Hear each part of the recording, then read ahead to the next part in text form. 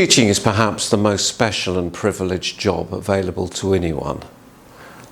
I'd like in this short video just to reflect on some of the experiences that maybe I've had and some of the joy that teaching has brought to me, and a few reflections on what working here for 34 years has been like. Thank you. Did you always want to be a teacher? Well, I'll take you back, if I may, Helen, to 1977, and there I was in British Home Stores Cafe in Reading with my father. A lovely place, do an excellent ready meal there. And he said, "Oh, what do you want to do with your life?" Because it was one of those sort of father-son conversations that you tend to have. And I said, "Oh, I'd love to be an actor," because I've always been a bit of a sort of extrovert, show-offy type of person. He said, "Oh, you don't want to do that. It doesn't bring in a regular salary. That's never going to work." And so I slightly got persuaded out of following that as a career choice, and the result was that I ended up in teaching, which, if it is nothing else, is a regular salary coming in, but still the ability to do acting things.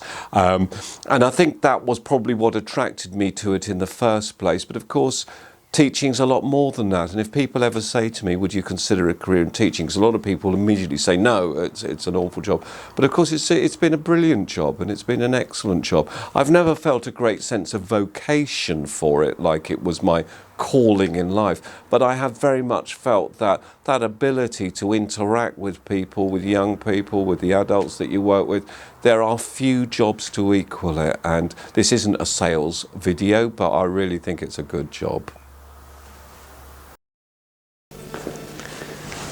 What memories does this room give you? Well, it's very interesting, this room, because of course I must have given hundreds of assemblies in this room, and I love an assembly. I don't know if you've picked that up about me at all, but I love to perform and I love to demonstrate.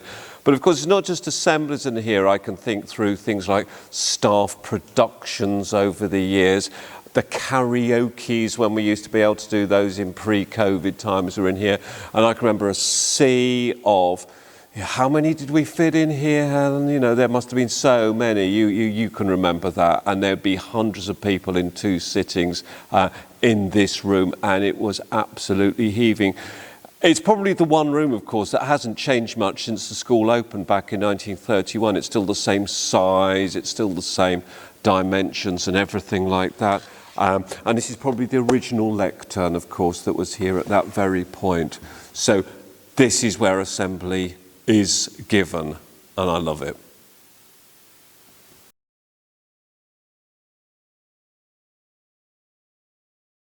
What will you miss the most? Oh, I think the thing I shall miss the most are all the people, because when you work in schools, you work in a very social environment. You're surrounded by pupils all the time, you're surrounded by adults all the time, and there's actually very few jobs that give you exposure to 1,200 people on a daily basis.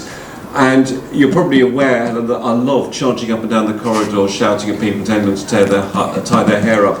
Was that what I miss most? I will miss that engagement and that slightly banterish relationship that you inevitably build up if you're an adult working with lively, bright, shiny teenagers. I don't think teachers really do have a legacy that they leave. I think there is a sense in which, as they go through their school careers, they try to build up relationships with pupils and they try to develop them in their thinking. And if there is a legacy, it's that you've sent out into the world people who are capable of thinking for themselves and being their own person, that they are not afraid to move things forward for themselves. If I have a criticism of young people today, and forgive me for saying it, it's that they can be too ready to believe what they read on the internet or on social media. And I would always challenge anybody to think for themselves. And I think teachers are not people that have necessarily a great impact on people's lives. But what they can do is they can give a system for thinking which can help people in later life and hopefully become the doctors, the lawyers, the mothers, the leaders, the shapers of our society in a thoughtful and a reflective and hopefully in a compassionate way.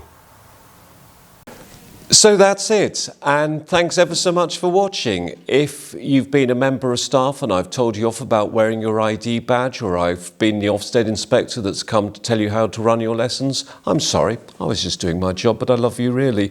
If you've been a pupil and I've told you to tie your hair up, or I've shouted at you in the corridor, you know that it was done with the best of motives, and actually that's what I got paid for. So thank you, and thank you for watching. Goodbye.